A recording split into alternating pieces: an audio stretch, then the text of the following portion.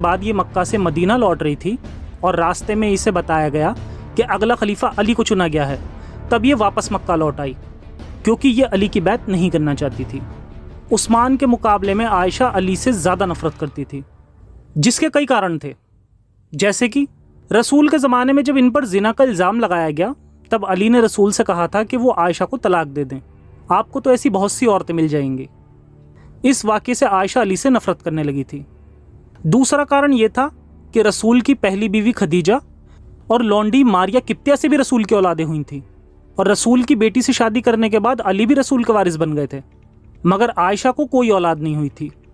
خیر، آخر میں یہ مکہ والوں کو اب علی کے خلاف بھڑکانے لگی اور پھر لوگوں نے بھی ان کی باتوں پر لبیک کہا۔ خون کے بدلے خون۔ عثمان کی موت کے بعد طلحہ اور زبیر مدینہ سے مکہ کی طرف روانہ ہوئے اور عائشہ کو اس معاملے کی خبر دی۔ پھر یہ لوگ مدینہ سے بصرہ کی اور روانہ ہوئے تاکہ علی کے خلاف جنگ کر سکیں۔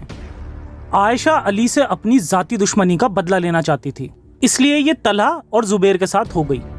بصرہ میں طلحہ اور زبیر کے سپورٹرز تھے، اسی لیے یہ لوگ مکہ سے بصرہ کی طرف روانہ ہو گئے تاکہ ایک بڑا لشکر تیار کر کے علی کو خلافت سے ہٹا سکیں۔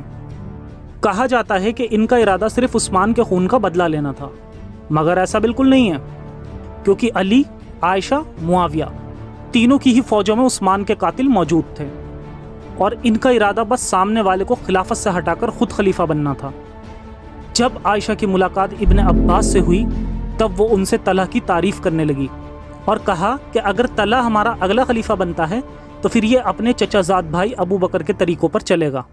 پھر عائشہ بھی اپنی فوج کو لے کر بصرہ کی طرف روانہ ہوئی تاکہ یہ علی سے جنگ کر سکے اور بصرہ والوں کو بھی اس کام میں شامل کر سکے۔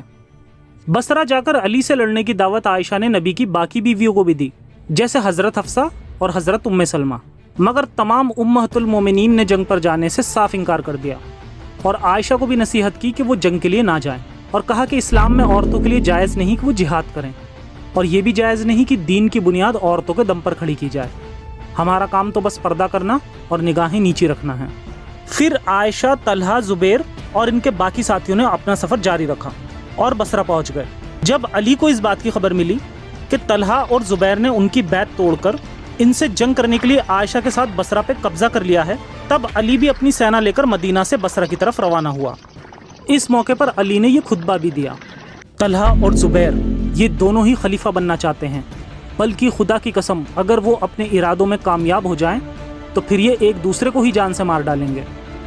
اس کے بعد علی اور عائشہ دونوں کی ہی سینہ بصرہ میں پہنچ کر ایک دوسرے کے سامنے آ گئی، اور پھر شروع ہوئی جنگ جمل۔ یہ جنگ 36 ہجری 656 عیسوی کو شروع ہوئی۔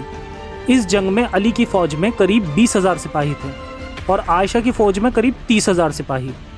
جمل کا عربی میں مطلب اونٹ ہوتا ہے، کیونکہ اس جنگ میں عائشہ ایک اونٹ پر سوار تھی، اس لیے اسے جنگ جمل یا بیٹل آف کیمل کہا گیا۔ اس جنگ کے بعد دونوں کے ہی سینہ کے قریب 10 سے 15,000 مسلمان ہلاک ہو جاتے ہیں، اور آخر میں علی یہ جنگ جیت جاتا ہے۔